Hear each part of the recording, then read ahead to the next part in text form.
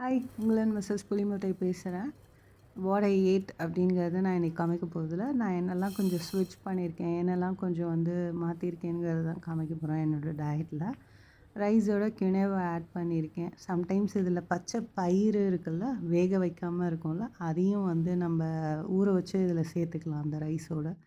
And chocolates எல்லாமே 75% 85% dark chocolates தான் எடுத்திருக்கேன். முட்டை ரெகுலராக எடுக்கிறனால முட்டை எப்பொழுதுமே ஸ்டாக் இருக்குது. பாஸ்தா சாப்பிட்ணுங்கிறதுனால வீட் பாஸ்தா தான் இப்போ ப்ரிஃபர் பண்ணுறேன். இட்லி, தோசை அதுக்கெல்லாம் கூட நார்மல் ரைஸோட ராகி, கம்பு, சோளம் இதெல்லாம் 3 கப்ஸ் போட்டேன்னா அது 1 கப்பு போட்டு அரைக்கிற மாதிரி தான் நான் ஸ்விட்ச் பண்ணியிருக்கேன் இப்போ.